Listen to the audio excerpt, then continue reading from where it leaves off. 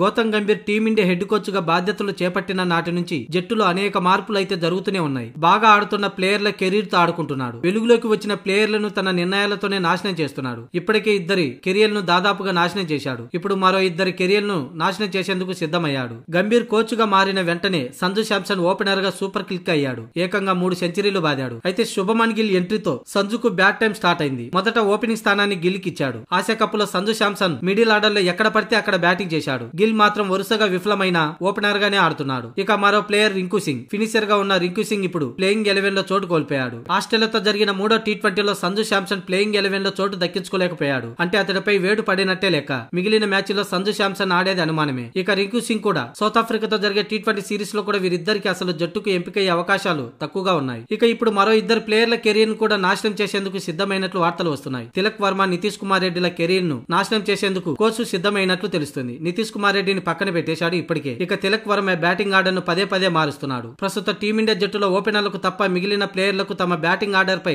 స్పష్టమైన అంచనా లేదు. ఎవరు నెంబర్ 3 లో ఆడతారో, ఎవరు నెంబర్ 8 లో ఆడతారో ఊహకే అందడం లేదు. గంభీర్ ఎప్పుడు చెబితే అప్పుడు ప్యాడ్లు కట్టుకుని బ్యాటింగ్ కు వెళ్లాలి. తిలక్ వర్మ 3వ స్థానంలో ఆడేవాడు. తర్వాత 4 మారాడు. ఇప్పుడు ఎలా పడితే అలా బ్యాటింగ్ కు వెళ్తున్నాడు. దాంతో ఆసియా కప్ మ్యాచ్ లో విన్నర్ గా నిలిచిన తిలక్ వర్మ ఆస్ట్రేలియా పర్యటనలో మాత్రం ఇప్పటి వరకు మంచి ప్రదర్శన చేయలేదు. ఇక హర్షదీప్ సింగ్ కెరీర్ ను కూడా నాశనం చేసేందుకు సిద్ధమయ్యాడు. అయితే హర్షిత్ రాణా పేలవ బౌలింగ్ కారణంగా హర్షదీప్ సింగ్ బతికిపోయాడు. మొత్తానికి అనేక మార్పులతో టీమిండియాను గంభీర్ ఏం చేస్తున్నాడో అర్థం కాకుండా చేస్తున్నాడు.